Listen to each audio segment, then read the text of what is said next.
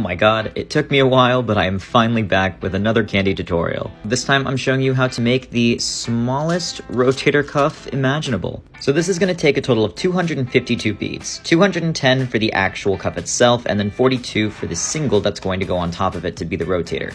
Of course, this is using my size preference. You can always make it bigger or smaller. And I usually do this using non-elastic string, but I'm using cloth-covered stretch cords, so to each his own. We're going to start with one 30-bead single with the excess still attached, and one 42-bead single with no excess. With a 30-bead single, we're going to make a single X base. If you don't know how to make an X base, I have a tutorial on that in my playlist that you can watch and then come back to this.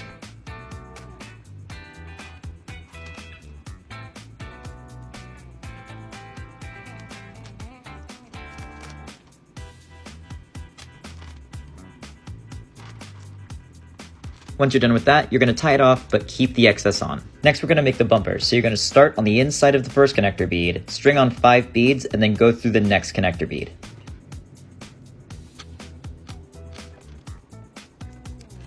It should stand up like this, and then you repeat that all the way around. Once you get to this point, you can tie it off, and then either cut off the excess and tie it back onto the bottom, or take the excess and string it through the beads and get distracted by your cat. Or you can take your excess, string it through the beads down to the bottom instead. I'm opting for cutting it off and tying it back on.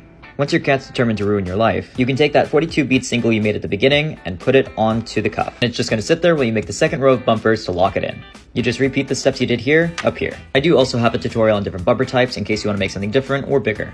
Once you're here, you can finally tie it off and cut off the excess one more time, and you have a rotator cuff.